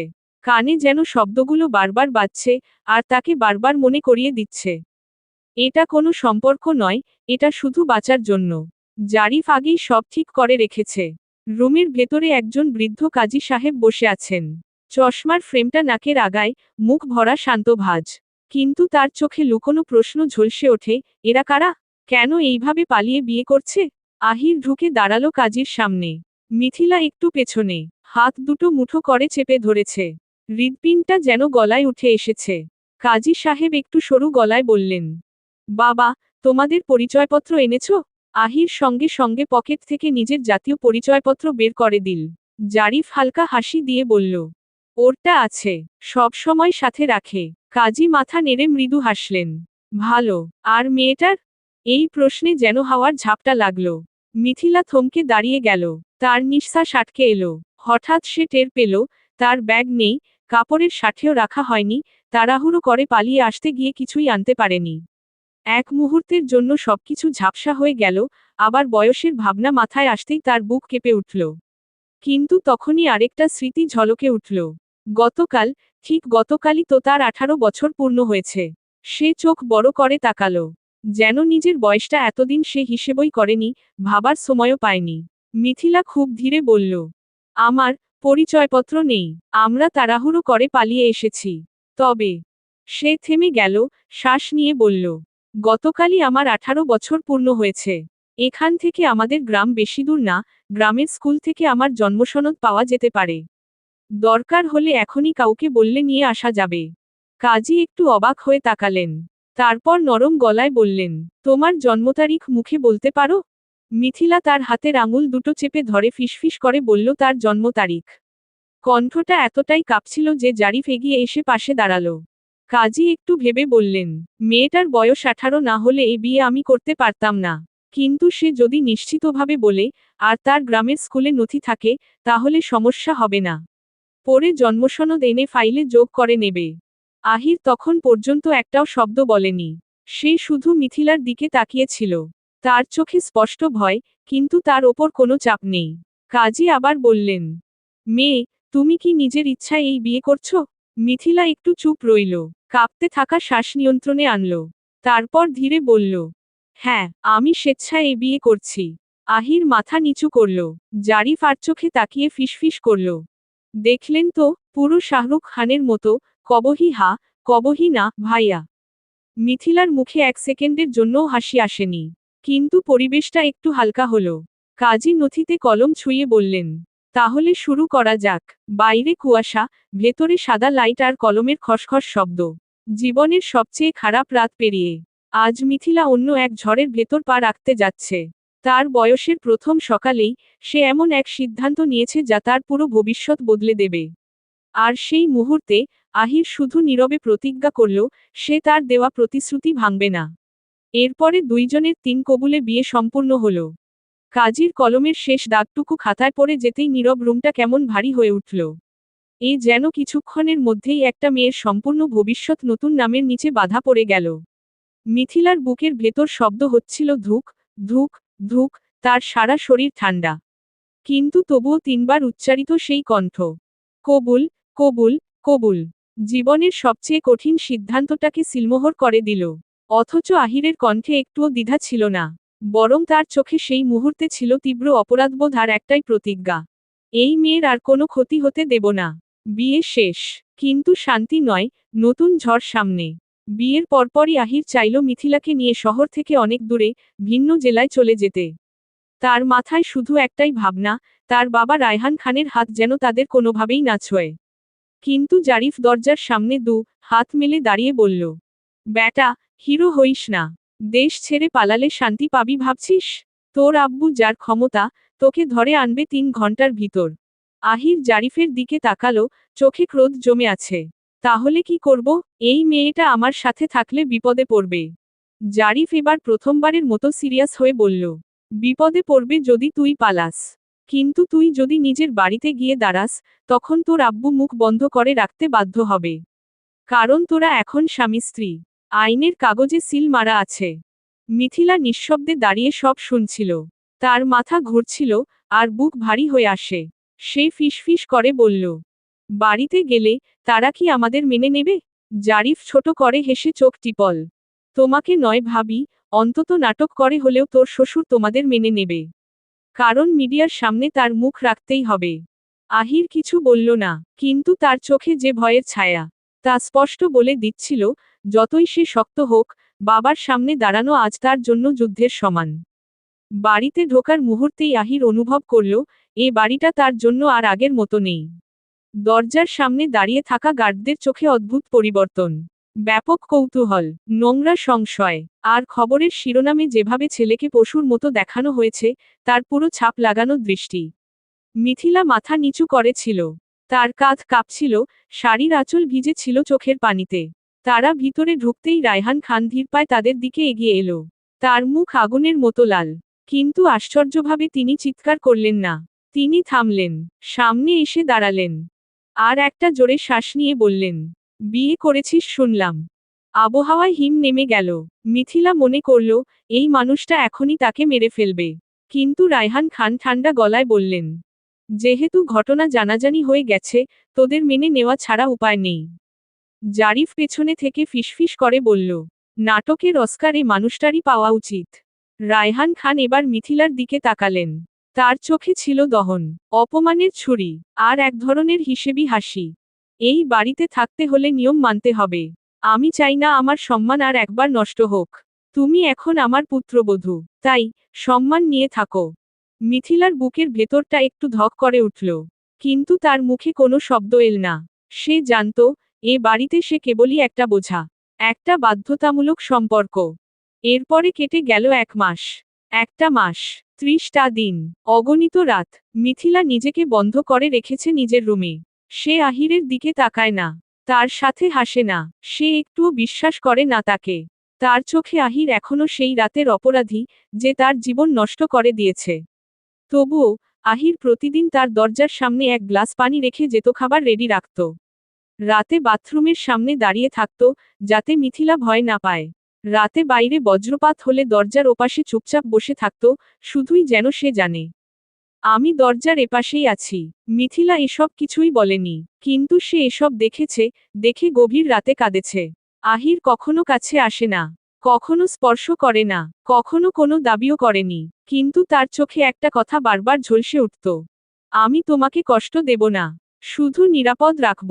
এদিকে রায়হান খান এরই মধ্যে নাটক শুরু করে দিয়েছে, 2 জনকে মিডিয়ার সামনে সাজিয়ে দিচ্ছে, ছেলের বিয়ের গল্প সুন্দরভাবে ছড়িয়ে দিচ্ছে, আর নিজের ইমেজ পরিষ্কার করতে ব্যস্ত। সবাই ভাবে, খুব সুখী দম্পতি, কিন্তু সত্যি হলো, মিথিলা আর আহিরের রুমের ভেতর একটা মাত্র শব্দ প্রতিদিন প্রতিধ্বনি করত। সেটা হলো দূরত্ব। সময় যত যাচ্ছে, আহিরও বুঝছে, মিথিলাকে সে সারা হৃদয় দিয়ে ভালোবেসে ফেলেছে, কিন্তু সেই মিথিলা এখনো তাকে ঘৃণার চোখে দেখে। মিথিলা চুপচাপ বসে জানালার বাইরে তাকিয়ে থাকে। বাতাসে দুলতে থাকা গাছের পাতার মতো তার মনও কাঁপত, কিন্তু আহিরের দিকে তাকাতে সাহস হতো না। আর আহির প্রতিদিনই নিজেকে অপরাধী মনে করে, দূর থেকে দেখে মিথিলা শ্বাস নিচ্ছে, বেঁচে আছে। এইটুকু নিশ্চিত হলেই সে আবার চুপ করে সরে যায়। সে তার মনকে কোনোদিন বলতে পারেনি, আমি তোমাকে ভালোবেসে ফেলেছি, কারণ সে জানে, মিথিলার মনে শুধুই কষ্ট, ঘৃণা, ভয়। আর তার এই ভালোবাসা হয়তো আরেকটা বোঝাই হয়ে দাঁড়াবে মিথিলার জীবনে। তবুও সে অপেক্ষা করে, চুপচাপ, নিঃশব্দে। একদিন হয়তো এই দূরত্ব ভেঙে যাবে, হয়তো না। কিন্তু সে প্রতিজ্ঞা করেছে, মিথিলাকে আর কখনো কাঁদতে দেবে না। ভালোবাসা পাবে কি না, তা নিয়ে কোনো জোর করবে না, শুধু পাশে দাঁড়িয়ে থাকবে, নিঃশব্দে। বাড়ির সকালটা কেটে গেছে নীরবে। রায়হান খানের বাড়িতে শীতল নীরবতা যেন আরো জমে আছে। মিথিলা জানালার পাশে দাঁড়িয়ে বাইরে রোদের দিকে তাকিয়ে ভাবছিল, এত বড় একটা বাড়ি, অথচ আমার চারপাশটা কেন এত ফাঁকা লাগে। আহির দূর থেকে দেখছিল, কিন্তু এগিয়ে আসেনি। তার অভ্যাস হয়ে গেছে দূরত্ব বজায় রেখে দেখার, যত্ন নেওয়ার, কিন্তু নিজের অনুভূতি চেপে রাখার। বিকেলের রোদ নরম হয়ে আসতেই হঠাৎ বাইরে গাড়ির হর্ন বাজল। পুরো বাড়ি যেন কেঁপে উঠল। গার্ডরা দরজা খুলতেই লম্বা, স্টাইলিশ, আত্মবিশ্বাসী এক মেয়ের প্রবেশ। জিন্স শার্ট, লম্বা খোলা চুল, মুখে আত্মবিশ্বাস, যেন সে কোনো রাজকন্যা। মেয়েটা ঘরে ঢুকেই চিৎকার করে উঠল, আহির রো, কোথায় তুই? মিথিলা চমকে দরজার ফাঁক দিয়ে তাকালো। আহির নিচতলায় এসে দাঁড়াতেই মেয়েটা 2 হাত বাড়িয়ে দিয়ে হা হয়ে বলল, অবনী। মেয়েটা চওড়া হাসল, ফাইনালি দেশে ফিরে প্রথমেই তোদের বাড়ি এলাম। তাছাড়া কিছুদিন থাকতেই হবে, ইউএসএ থেকে ফিরলাম, জেট ল্যাগও আছে, আর কোথায় বা যাব। জারিফও অবনীর সাথেই ছিল তখনই আহির আর অবনীর কথার মাঝে ঢুকে পড়ে বলল, ওহ, আপু ফিরছেন, চলেন আহিরের ঘরে গিয়ে শুতেন, ভাবি তো আছেই। অবনী চোখ পাকিয়ে বলল, তোকে কেউ কথা বলার লাইসেন্স দিয়েছে? জারিফ হাসল, না, কিন্তু ভাবিকে বিরক্ত করতে আপনার আগমনেই তো শুরু হলো। মিথিলা লুকিয়ে দেখছিল, তার বুকের ভেতর ভো ভো করে উঠল। মেয়েটা শুধু সাহসী না, আহিরের প্রতি অতিরিক্ত পরিচিত আচরণ করছে। আহির হালকা অস্বস্তি নিয়ে বলল, অবনী, তুমি থাকতে চাও, মানা করব না, কিন্তু। অবনী দ্রুত বলে উঠল, কিন্তু কিছু নয়, তুই আমার বেস্ট ফ্রেন্ড, এখানে থাকলে সমস্যা কি? রুম তো অনেক। জারিফ পাশে দাঁড়িয়ে শীষ দিয়ে বলল, একটা রুমই তো সমস্যা, আপু। আহির এখন ম্যারিড, এটি নতুন তথ্য হলে নোট করতে পারেন। অবনী হেসে বলল, নিশ্চয়ই জানি, কিন্তু বন্ধু তো বন্ধুই থাকে, তাই না আহির? আহির উত্তর দিল না, তবে মুখে একটা অদ্ভুত চাপা অসহায় ভাব। অবনী পুরো বাড়িতে ঘোরাঘুরি করছে যেন এই বাড়িটাই তার। মাঝে মাঝে জোরে হাসছে, আবার নিজের ফোনের ক্যামেরায় ছবি তুলছে। মিথিলা লিভিং রুমে এসে বসল, এই আজ প্রথম নিজের রুম থেকে বাহির হয়েছে। অবনী এসে হঠাৎ তার পাশে দাঁড়ালো। অতিরিক্ত উৎসাহের সাথে বলল, তুমি মিথিলা, তাই তো? আহিরের স্ত্রী? মেয়েটার গলায় এমন একটা টান, যেন সে আহিরের স্ত্রী এই শিরোনামটা মেনে নিতে পারছে না। মিথিলা মাথা নত করে বলল, জি। অবনী ঠোঁট বাঁকালো। ভালোই তো, আহির কখনো বলতো না যে সে বিয়ে করবে এত তাড়াতাড়ি। ঠিক তখনই জারিফ পাশ থেকে উকি মেরে বলল, আপু, সময় পেলে খবর রাখতেন, তাহলে জানতে পারতেন। অবনী তাকিয়ে কটমট করল, তুই না থাকলেই ভালো হতো। জারিফ হেসে বলল, তাই ভাবছিলাম, কিন্তু ভাবির হাসি দেখার জন্য থাকতে হয়। মিথিলা এক মুহূর্তের জন্য অবাক হল, সে কি হাসছিল? হয়তো নিজের অজান্তেই। সন্ধ্যা নেমে এলো আপন মনে, সন্ধ্যা নামতেই অবনী আবার আহিরকে ডাকল। চল, আহির ছাদে যায়। আগের মতো আমি তোর কাঁধে মাথা রেখে একসাথে গিয়ে চাঁদ দেখব। মিথিলা দূর থেকে এই দৃশ্য দেখছিল, অবনী আহিরের বাহু ধরল, যেন এটা খুব স্বাভাবিক। মিথিলার বুকটা কেমন করে উঠল। সে জানে তার কোনো অধিকার নেই জোর করার, আবার এমনও নয় যে সে কিছুই অনুভব করে না। অবনী ছাদের দিকে উঠতেই জারিফ ধীরে এসে বলল, ভাবি, ওই আপুটা আগুন। সাবধানে থাকবেন। মিথিলা নিঃশব্দে বলল, আমার কেন সাবধান হতে হবে? জারিফ দুষ্টু হাসিতে ফিসফিস করল, কারণ আপনি হিংসে করছেন। মিথিলা তোরাক করে তার দিকে তাকালো। আমি হিংসে? জারিফ নির্দোষ মুখে বলল, হ্যাঁ ভাবি, চোখে দেখা যাচ্ছে। আর হিংসে করা দোষ না। যার জন্য করছেন সে হালাল স্বামী। মিথিলা আর কিছু বলল না, কিন্তু তার নির্বতাই সব বলে দিল। এরপরে আহির অবনী দুইজন ছাদে কি করেছিল সবটাই মিথিলার অজানা। মিথিলা সিঁড়ির কাছেই দাঁড়িয়েছিল, আহির ছাদ থেকে নেমে আসছে। অবনী তখনও হাসছে, কথা বলছে, হাত ছুঁয়ে দিচ্ছে। আহির আর অবনীকে ছাদ থেকে নেমে আসতে দেখে মিথিলা রুমে যাওয়ার জন্য ফিরতেই আহির ডাকল, মিথিলা একটু দাঁড়াবে? আহিরের কণ্ঠে ক্লান্তি, চাপা যন্ত্রণা। মিথিলা ধীরে ফিরে তাকালো। আহির নিচু গলায় বলল, তুমি যদি অস্বস্তি হও আমি অবনীর সাথে দূরত্ব রাখব। মিথিলা কিছু না বলতেই আহির আবার বলল, আমি কাউকে তোমার জায়গায় আসতে দেব না। তুমি চাইলে আমি সরে থাকব, তবুও তোমাকে কষ্ট দিতে চাই না। মিথিলার বুকটা কেঁপে উঠল। তার চোখে অজান্তে জল এসে গেল। দরজার পাশে দাঁড়িয়ে থাকা জারিফ হাসছে নরম স্বরে। এইটাই তো চেয়েছিলাম, নাটকের আসল শুরু। এই সন্ধ্যা, তাদের জনের মধ্যে প্রথম আলোড়ন তুলল। একটা হিংসা, একটা ভয়, আর একটা অস্বীকার করা না যাওয়া টান, যা হয়তো ভালোবাসার প্রথম ধাক্কা, অথবা ঝড়ের আগমনী সুর।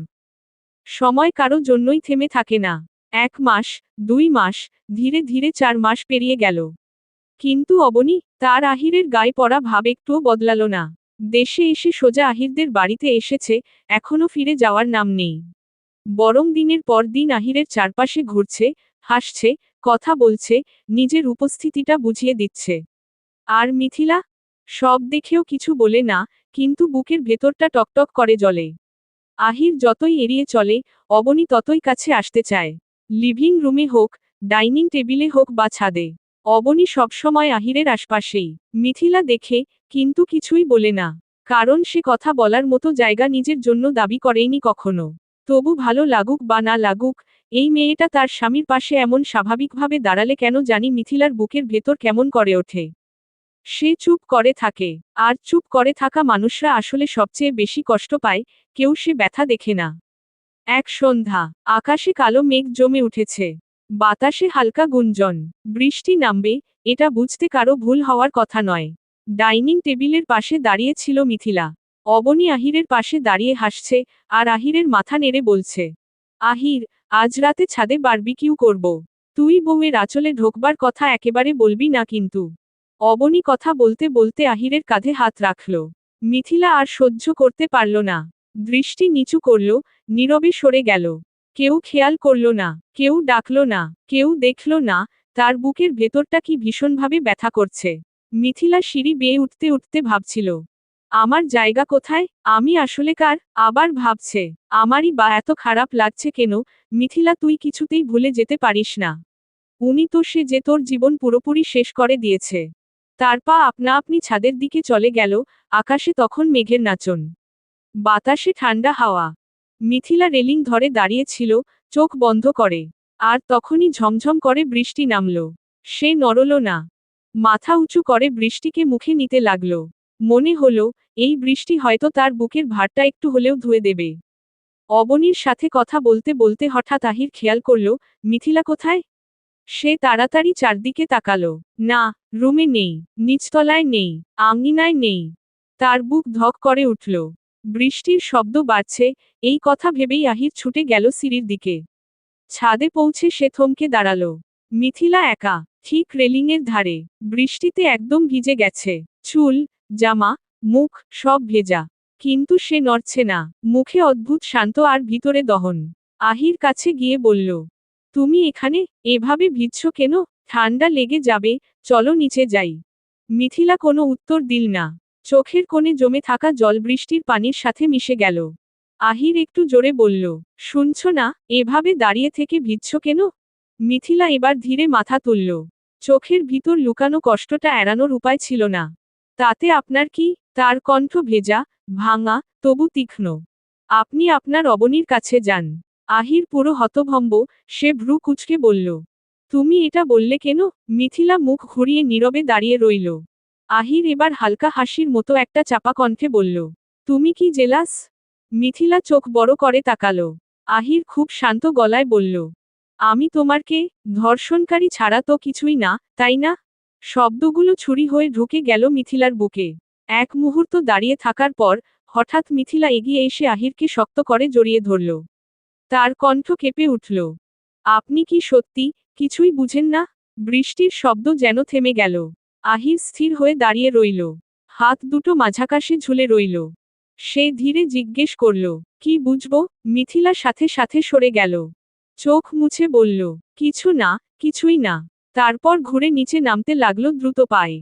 আহির দাঁড়িয়ে রইল বৃষ্টিতে। মাথার উপর দিয়ে পানি গড়িয়ে পড়ছে, কিন্তু তার ঠোঁটে ধীরে ধীরে এক চাপা, গভীর, প্রমাণহীন, তবুও স্পষ্ট হাসি ফুটে উঠল। কারণ আজ, সে প্রথমবার দেখল মিথিলার ভেতরে লুকানো সেই অনুভূতির ঝিলিক, যা সে এতদিন লুকিয়ে রেখেছিল।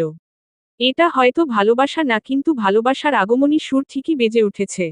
বৃষ্টিতে ভিজে থাকা আহির কিছুক্ষণ ছাদের ধারে দাঁড়িয়েছিল। মিথিলার শেষ কথাগুলো তার মাথায় ঘুরে ফিরে বাজছিল। আপনি কি সত্যি কিছুই বুঝেন না? আহির ধীরে চোখ বন্ধ করল। এমন কথা মিথিলা কখনো বলেনি, কখনো বলার সাহস পায়নি। তার বুকের ভেতর আজ নতুন একটা অনুভূতি জন্ম নিচ্ছে। কাঁচা, ভেজা, অদ্ভুত, অথচ উষ্ণ। বৃষ্টি একটু কমতেই সে সিঁড়ি ধরে নিচে নামতে শুরু করল। পা দুটো ভারী হলেও তার মন অদ্ভুত হালকা। মিথিলা এখন কোথায়? শীত লাগছে কিনা? ভিজে জামা বদলাচ্ছে তো? এমন সব চিন্তা মাথায় গুছিয়ে জায়গা করে নিচ্ছিল। আহির তাদের রুমের দরজার কাছে এসে থামল। দরজা আধ খোলা, তাই কোনো দ্বিধা ছাড়াই ভেতরে ঢুকে গেল। ভেতরে হালকা বাতির আলো, ভেজা কাপড়ের গন্ধ। ঠিক তখন, আহিরের দৃষ্টি আচমকা স্থির হয়ে গেল। মিথিলা ভেজা শাড়িটা খুলে আলমারি থেকে শুকনো কাপড় বের করছে। তার পিঠ ভেজা চুলে ঢাকা, সারা শরীর কাঁপছে ঠান্ডায়। আহির নিস্তব্ধ, চোখে খুব বেশি কিছু নেই। না কামনা, না অস্থিরতা, শুধু বিস্ময় আর একটা অদ্ভুত কোমলতা। 1 সেকেন্ড, 2 সেকেন্ড, 3 সেকেন্ড। আহির বুঝল, তার এভাবে দাঁড়িয়ে থাকা উচিত নয়। তার কোনো অধিকার নেই, কিন্তু পা নড়তে চাইলেও মন বলল, মিথিলা তো তার স্ত্রী, তার এসবের অধিকার আছে। আহির খুব ধীরে মাথা ঘুরিয়ে দরজার ফ্রেমে হালকা নক করল। মিথিলা চমকে উঠল। দৃষ্টিতে আতঙ্ক, লজ্জা, অস্থিরতা সব একসাথে। আপনি এখানে? আহির দৃষ্টি নিচু করল, মুখ ঘুরিয়ে নিল যেন কিছুই দেখেনি। খুব শান্ত গলায় বলল, দরজা খোলা রেখে কেউ জামা চেঞ্জ করে? আমি কিছুই দেখিনি। তুমি চাইলে নিশ্চিন্তে চেঞ্জ করো। আমি বাইরে আছি। মিথিলা তখনও স্তব্ধ। তার বুক ধুক ধুক করছে। মনে হচ্ছে, লজ্জায় মরে যাবে। আহির একটু দূরে সরে দাঁড়ালো। পিঠ দিয়ে দরজার দিকে মুখ করে। তার কণ্ঠ এবার আরো নরম। চেঞ্জ করা হলে, আমাকে একবার ডাকবে। তোমার সাথে আমার কিছু কথা আছে। মিথিলা চোখ নামিয়ে খুব ধীরে দরজা টেনে বন্ধ করল। তার গাল লাল, হাত কাঁপছে, মনে অদ্ভুত এক শিরশির স্পর্শ। দেয়ালে ঠেস দিয়ে দাঁড়িয়ে আছে সে। তার ঠোঁটে হালকা হাসি। এ বৃষ্টি শুধু মিথিলার অনুভূতি ভিজিয়ে দেয়নি। আহিরের মনেও কোনো এক অচেনা আবেগের নরম বীজ বুনে গেছে। কয়েক সেকেন্ড পর রুমের ভেতর থেকে খুব নরম, লাজুক গলায় শোনা গেল, আমার চেঞ্জ করা হয়ে গেছে, আপনি আসতে পারেন। আহির গভীর শ্বাস নিল। তার ঠোঁটে আরও একটু হাসি ফুটল। আহির ভেতরে আসতে দেখল মিথিলা কালো রঙের শাড়ি পরে দাঁড়িয়ে। আহিরের মনে হলো মিথিলাকে কালো রঙের শাড়িতে অসম্ভব সুন্দর দেখাচ্ছিল, তা দেখে সে সামান্য শুকনো ঢোক গিলে ফিস ফিস করে বলল, আজ আবার কোনো ভুল করে না বসি। কথাটি বলে সে মিথিলার দিক থেকে চোখ সরিয়ে নিল। আহির কি বলল মিথিলা ঠিক বুঝতে পারল না, পুরনো ভাবনায় ফিরে গিয়ে বলল, তখন আপনি কিছু বলতে চেয়েছিলেন? আহির এক মুহূর্ত তাকিয়ে বলল, না, গুরুত্বপূর্ণ কিছু না, কাল বাবা আসবে, সাবধানে থেকো। বাবা আসবে কথাটা শুনে মিথিলার মুখ মলিন হয়ে গেল। তার চোখ মুখে ভয়ের ছাপ স্পষ্ট বোঝা যাচ্ছিল। আহির আর কিছু বলল না, সে চুপ। ভেজা জামা বদলাতে লাগল, শার্ট চেঞ্জ করে, তারপর সে সোফায় শুয়ে পড়ল। শুধু বলল, ভয় পেও না, আমি যতক্ষণ আছি তোমার কেউ ক্ষতি করা দূর। কেউ স্পর্শ পর্যন্ত করতে পারবে না। রুমে নীরবতা, কিন্তু জনের মনেই অদ্ভুত একটা টান লেগে রইল। অস্বীকার করা যায় না, তবে কেউ স্বীকার করতেও পারছে না। সকালটা অদ্ভুত নির্বতায় শুরু হলো। রাতের বৃষ্টির ঠান্ডা হাওয়া এখনো বাতাসে লেগে আছে। মেঘলা আকাশ, ভেজা উঠোন আর বাতাসে বৃষ্টির গন্ধ। যেন আগের রাতের প্রতিটি অনুভূতির প্রতিধ্বনি এখনো ঘুরে বেড়াচ্ছে। আহির ঘুম থেকে উঠতেই প্রথমেই চোখে পড়ল মিথিলাকে। জানালার পাশে দাঁড়িয়ে আছে, হাত একসাথে করে চেপে ধরেছে, চোখে ভয় মেশানো অস্বস্তি। আহির উঠে বসতেই মিথিলা চমকে তাকালো। চোখের নিচে কালি, মুখে পানির মতো ফ্যাকাশে রং। ঘুমাও নাই? আহির আস্তে জিজ্ঞেস করল। মিথিলা কিছু না বলেই নিচে রান্নাঘরের দিকে চলে গেল। মিথিলা রান্নাঘরের পাশে দাঁড়িয়ে চা বানাচ্ছিল। হাত কাঁপছিল হালকা। আজ আহিরের বাবা, রায়হান খান ফিরবে, যার নাম শুনলেই মিথিলার বুকটা কুঁকড়ে ওঠে। সকালের নরম আলোয় মিথিলাকে দেখে অবনী পাশে দাঁড়িয়ে হেসে বলল, শুনলাম আজ আহিরের বাবা আসবে, ভয় পাচ্ছ নাকি? মিথিলা চুপ, এক ফোঁটা শব্দও করল না। অবনীর মুচকি হাসি আরো চওড়া হলো। ঠিক তখনই দরজার বাইরে গাড়ির হর্ন বেজে উঠল। মিথিলার শরীরটা ঝাঁকি খেল। সে জানালার ফাঁক দিয়ে তাকাতেই দেখল, গাড়ি থেকে নেমে আসছে রায়হান খান। গাজোড়া আতঙ্ক যেন তাকে ছায়ার মতো পিছন থেকে ঘিরে ধরল। রায়হান খান ভিতরে ঢুকতেই ঘরের পরিবেশ পরিবর্তন হয়ে গেল। তার চোখ, তার গলা, তার হাবভাব সবই কেমন কঠিন, কাঠখোট্টা আর তীক্ষ্ণ। বাড়িতে ঢুকে তিনি প্রথমেই চোখ ঘুরিয়ে দেখলেন মিথিলার দিকে, এমনভাবে তাকালেন যেন চোখ দিয়ে কেউ একজনকে পুরো ভেদ করতে চাইছে। মিথিলা মাথা নিচু করে দাঁড়িয়ে রইল। তার আঙুলগুলো কাঁপছে, বুকের ভেতরের ভয় গলায় আটকে আছে। রায়হান খান খানিকটা এগিয়ে এসে বললেন, বৌমা সব ঠিকঠাক? চোখে কুদৃষ্টি, কণ্ঠে অদ্ভুত এক গ্লানি মেশানো আগ্রহ। আহির দাঁত চেপে দাঁড়ালো। মিথিলা আরো নিচু হয়ে গেল। হ্যাঁ, ও ঠিক আছে, আহির খুব তীক্ষ্ণ গলায় বলল। মিথিলা কাপা গলায় রায়হান খানকে সালাম দিল, কিন্তু চোখ তুলল না, কারণ তার চোখে ভয় জমে আছে। অপমানের আঁচ আছে, আর একটা অতীত আছে যেটা তাকে শ্বাস নিতে দেয় না। রায়হান খান মুখে একটা বাঁকা হাসি টেনে বললেন, সব ঠিক থাকলেই ভালো। আহির এবার উত্তরে শুধু বলল, এসব নিয়ে আপনাকে কিছু ভাবতে হবে না। মিথিলা আর থাকতে পারল না। কোনো রকমে নিজের শরীর সামলে সরে গেল রুমের দিকে। দ্রুত হাঁটছিল, যেন অচেনা ভয় থেকে পালাতে চাচ্ছে। মিথিলা রুমে ঢুকতেই দরজাটা বন্ধ করে দিল। চোখে জল এসে গেছে, কিন্তু সে কান্না আটকালো। ঠিক তখনই আহির দরজায় নক করল। মিথিলা, দরজাটা খুলবে? মিথিলা একটু দেরি করে দরজা খুলল। আহির ভেতরে ঢুকতেই সে আর কিছু না বলে ঝট করে আহিরকে জড়িয়ে ধরে। হ্যাঁ, ঠিক সেই মানুষটাকে, যাকে সে পৃথিবীর সবচেয়ে ঘৃণ্য বলে মনে করে, যার ছায়াও দেখতে চাই না। আহির প্রথমে থ হয়ে গেলেও তার চোখ বড় হয়ে গেল বিস্ময়। তারপর খুব ধীরে সেও হাত তুলে মিথিলার কাঁধে রাখল। একটা অসহায়, অদ্ভুত, তবুও উষ্ণ আলিঙ্গনে জন ডুবে গেল। মিথিলার গলা কাঁপছিল। আমি খুব ভয় পাই। আমি জানি। আহির ফিসফিস করে বলল। মুহূর্তটা এত অস্থির, এত কোমল, মিথিলা ভুলে গেল সে কাকে জড়িয়ে আছে। ভুলে গেল সে কি ভাবত। শুধু মনে হলো, এই মানুষটার বুকের মধ্যে আশ্রয় আছে। কিন্তু হঠাৎই তার হুঁশ ফিরল। সে দ্রুত আহিরকে ছেড়ে দিল। এক পা পিছিয়ে তাকালো বিস্ময়, অবিশ্বাসে। মনের মধ্যে দোটানা শুরু হয়ে গেল। আমি কি করলাম? আমি কিভাবে তাকে জড়িয়ে ধরলাম? আমি কি ওই লোকটাকে সত্যি সত্যি ভালোবেসে ফেলছি, যে কিনা আমাকে? কথাগুলো মনে মনে ভাবতেই তার মুখ লাল হয়ে উঠল। চোখ নামিয়ে ফেলল। অস্বস্তি, লজ্জা আর গোপন আবেগের ঝড় তাকে ঘিরে ধরল। আহির কিছু বলল না, শুধু এক চিলতে নরম হাসি নিয়ে তাকিয়ে রইল। বিকেলের পর সন্ধ্যা নেমে এলো। আকাশে আবারও ঝিরিঝিরি বাতাস। আবারও দরজার সামনে গাড়ির শব্দে বাড়ি আলোরা খেলো। আজ ফিরছে আহিরের বড় ভাই জেহান আর তার স্ত্রী ইতি। জনি কয়েক মাস ধরে বাড়ির বাইরে ছিল, কারণ বাবা রায়হান খানের পাপ, মেয়ের বয়সী মিথিলাকে বিয়ে করার চেষ্টা। সেই অন্যায়ের প্রতিবাদ করে বাড়ি ছেড়ে গিয়েছিল জেহান আর ইতি। অনেক দিন আগেই শুনেছে, আহির সেই পাপকে বাড়ির দেয়ালে লাগতে দেয়নি। রায়হান খানের অমানুষিক সিদ্ধান্ত ভেঙে দিয়েছে। তাই ছেলেরা আবার ফিরেছে। জেহান ভিতরে ঢুকতেই আহিরের কাঁধে হাত রাখল। তুই ঠিকটাই করেছিস। আহির হালকা হাসল। আর সেই সময়ই মিথিলা দরজার পাশে দাঁড়ানো ছিল। চুপচাপ, সম্মান নিয়ে, ভয় সংকুচিত। জেহান তাকে একবারেই সৌজন্য দৃষ্টিতে দেখল। ইতি দেখল অন্যভাবে। ইতির চোখে প্রথমেই যা লাগল, মিথিলা কতটা সুন্দর, শান্ত, নম্র, ভদ্র, কিন্তু ভেতরে এক অদ্ভুত আকর্ষণ। ইতির মনের ভেতরেই কেমন একটা কামড় বসে গেল। এই মেয়েটা তো আমায় ছাপিয়ে যাচ্ছে। সবার নজর ওর দিকেই তো। সবাই কেন ওর দিকে তাকাচ্ছে? আমি কি কম সুন্দর? উদ্ধৃতি চিহ্ন।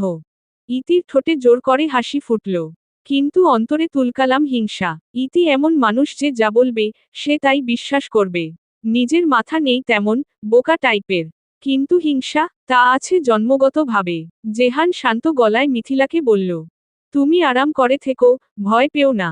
আমরা আছি। মিথিলা মাথা নিচু করে বলল, ধন্যবাদ ভাইয়া। ইতি ভেতরে ভেতরে চোখ উল্টাল। ভাবল, এই মেয়ে এই বাড়িতে থাকবে? এত সুন্দর, উফফো, প্রতিদিনই তো তুলনা হবে। কিন্তু বাইরে প্রকাশ করল মিথ্যা হাসি। এসো বোন, খুব ক্লান্ত দেখাচ্ছে। চলো, ভিতরে যাই। তবে সেই হাসির ভেতরেই লুকিয়ে আছে প্রতিযোগিতা, চোখে চোখে রাখার ইচ্ছে, আর নিজের জায়গা প্রমাণ করার তীব্র তাগিদ। রাতে সবাই বসে বসে আড্ডা দিচ্ছে, এমন সময় অবনী পেছনে থেকে এসে নেকামো ভাব নিয়ে জোরে বলে উঠল, জেহান ভাইয়া, কেমন আছেন? জেহানের মুখের হাসি মিলিয়ে গেল। তাকে দেখে মনে হচ্ছিল অবনীকে সে কোনোভাবে আশা করেনি। তবুও মুখে হালকা হাসি টেনে বলল, এই তো ভালো, কিন্তু তুমি এখানে? আমি তো এখানকার নতুন ডাউনলোডেড ফ্যামিলি অ্যাপ। জারিফ তার চা খেতে খেতে মজা করে বলল, ডাউনলোডেড না, আপডেট চাই অ্যাপ। রোজই আপডেট চায়। জারিফের কথা শুনে সবাই হো হো করে হেসে দিল। মিথিলাও মুচকি মুচকি হাসছিল, সেটা আহির খুব ভালো করেই খেয়াল করল। মিথিলার মুখে এমন হাসি দেখে আহিরের মধ্যে একটা ভালোলাগা কাজ করে, বুক যেন কিছুটা হালকা হলো। এরপরে বিনোদন আড্ডা শেষে যে যার মতো নিজের রুমে চলে গেল। জারিফও বিদায় নিয়ে বাসায় ফিরে গেল। এদিকে রাত 12টা, আহিরের রুমে আসার নামই নেই। কিছুক্ষণ পরে আহির অবশেষে রুমে ঢুকল। মিথিলা বিছানায় বসে আছে, মুখ ফোলা, চোখ দুইটা রাগে চিকচিক করছে। আহির দরজা বন্ধ করতেই মিথিলা চোখ ছোট করে তাকালো। ওহহ, আসছেন? নাকি ভুল করে আমার রুমে ঢুকে পড়লেন? আহির চোখ পিটপিট করল। মানে, রুম তো আর একটাই না। আপনার তো অবনীর রুমেও যাওয়ার অধিকার আছে এখন। আহির মাথা চুলকালো। আরে, আমি কিছু শুনবো না। আপনার মুখে আজ অবনী অপেরা শুনতে চাই না। আহির হেসে ফেলল। তুমি রাগ করছো? মিথিলা চোখ পাকালো। না, আমি রাগ করব কেন? আজকে তো সারাদিনই আপনাদের কমেডি জুটি দেখলাম। আহির থমকালো। কমেডি জুটি? মিথিলা মুখটা বেঁকিয়ে নকল মিষ্টি গলায় বলল, হ্যাঁ, আহির এন্ড অবনী লিমিটেড। হাসাহাসি, গল্প, আর সেই চোখে চোখে তাকানোর ভিজুয়াল রোমাঞ্চ খুব জমছিল। আহির গম্ভীর হওয়ার চেষ্টা করল।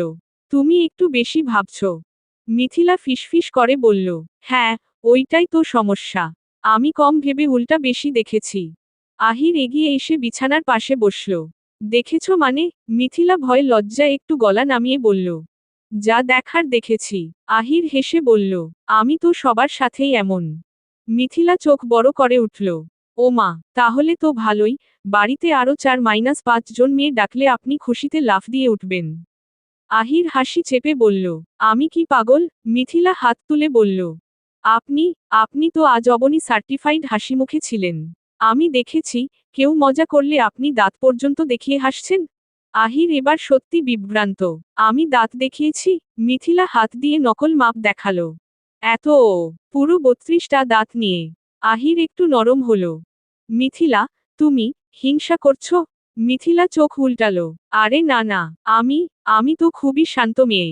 যে স্বামী বউকে রেখে অন্য মেয়ের সাথে হা হা হা করে, সেটা দেখেও আমি বসে চা খেয়েছি। আহির হেসে ফেলল। মিথিলা, না, কথা বলবেন না। আপনার গলায় এখনো অবনীর গলার প্রতিধ্বনি বাজছে। আহির একদম কাছে এসে বলল। আবার অবনীর কথা তুললে রাগ করব। মিথিলা ঠোঁট চেপে বলল, উফফো, বুঝছি, আপনি এখন অবনীর নাম শুনতে চাচ্ছেন না, হয়তো অবনীর নাম শুনলে আবার তার কাছে যেতে মন চাইবে আপনার। আহির হতবাক হয়ে তাকালো। তুমি সিরিয়াস? মিথিলা মাথা নাড়ল। হুম, mister Ahir Khan and Abani company. Ahir হো হো করে হাসল। মিথিলা চোখ পাকিয়ে বলল, হাসেন হাসেন, আপনাকে দেখে কেউ বলবে না যে আপনি হাসতে পারেন। বলি, এত হাসি কোথায় লুকিয়ে রাখেন? আচ্ছা, আপনি আজ এত দেরি করলেন কেন? অবনী কি আপনাকে নতুন জোকস শোনাচ্ছিল, নাকি প্রেম কাহিনী আপডেট দিচ্ছিল? মিথিলা, তুমি কি জানো তুমি অবনীকে আমার সাথে দেখে হিংসা করছো? মিথিলা এবার আর এড়ালো না। ধীরে, খুব ধীরে বলল, হ্যাঁ, করি। আহির একটু এগিয়ে এলো। কেন? মিথিলা চুপ, গলা শুকিয়ে গেল। তারপর প্রায় ফিসফিস করে বলল, কারণ আমি আপনার স্ত্রী। আহিরের ঠোঁটে ঠিক তখনই উঠল কষ্ট মেশানো অদ্ভুত এক হাসি। কিন্তু আমি তো তোমার ধর্ষণকারী। শব্দটা বাতাসে আঘাতের মতো পড়ল। মিথিলার মুখ সঙ্গে সঙ্গে ঘুরে গেল পাশে। বুকটা মোচড় দিল। মনে মনে যেন নিজেকেই প্রশ্ন করল। সত্যিই তো, যাকে ঘৃণা করি, তার সাথে অন্য মেয়েকে দেখলে আমার এত হিংসা হয় কেন? এ কেমন পাগলামি আমার? আহির তাকিয়ে রইল ওই বদলে যাওয়া মুখটার দিকে। চোখের কোণে জমে থাকা তার দোটানা, ভয়, অস্বীকার সবই পড়ে ফেলল। অহেতুকি মুচকি হাসল। আস্তে আস্তে এগিয়ে এসে তার কানের কাছে ঝুঁকে ফিসফিস করে বলল, কি ব্যাপার, মুনলাইট, কি ভাবছো এত? মিথিলা থমকে গেল। ভ্রু কুঁচকে তাকালো তার দিকে। মুনলাইট মানে? আহির হাসল। সেই নরম, শান্ত, ভেতরটা আলগা করে দেওয়া হাসি। তোমাকেই বললাম। মিথিলা বিস্মিত। আমাকে? কেন? আহির এক মুহূর্ত চুপ করে রইল। তারপর খুব ধীরে বলল, চাঁদের আলো যেমন রাতের অন্ধকারে আলো দেয়, তুমি ঠিক তেমনই। আমার জীবনের সব অন্ধকার, সব কাটাকুটি, তার মাঝেও তুমি একটা নরম আলো এনে দাও। মিথিলা নিঃশ্বাস আটকে তাকিয়ে রইল। অবিশ্বাস, লজ্জা, মন গলানো প্রশান্তি, সব মিলেমিশে এক অদ্ভুত ঝড়। আহির আবার চোখ নামিয়ে ফিস করে বলল, তাই তোমাকে মুনলাইট বললাম, আর আজ থেকে মুনলাইট বলে ডাকব। মিথিলার শ্বাস এক মুহূর্তের জন্য থমকে গেল, সে আর কিছু বলতে পারল না। শুধু মনে হলো, তার ভাঙা ভয়ের ভেতর দিয়ে কেউ খুব আস্তে আলো জ্বেলে দিল। ঘরের ভেতর শুধু জনের নীরব স্পন্দন। যেখানে হিংসা মিশে যায় অভিমানে, অভিমান মিশে যায় অবুঝ ভালোবাসার ছায়ায়।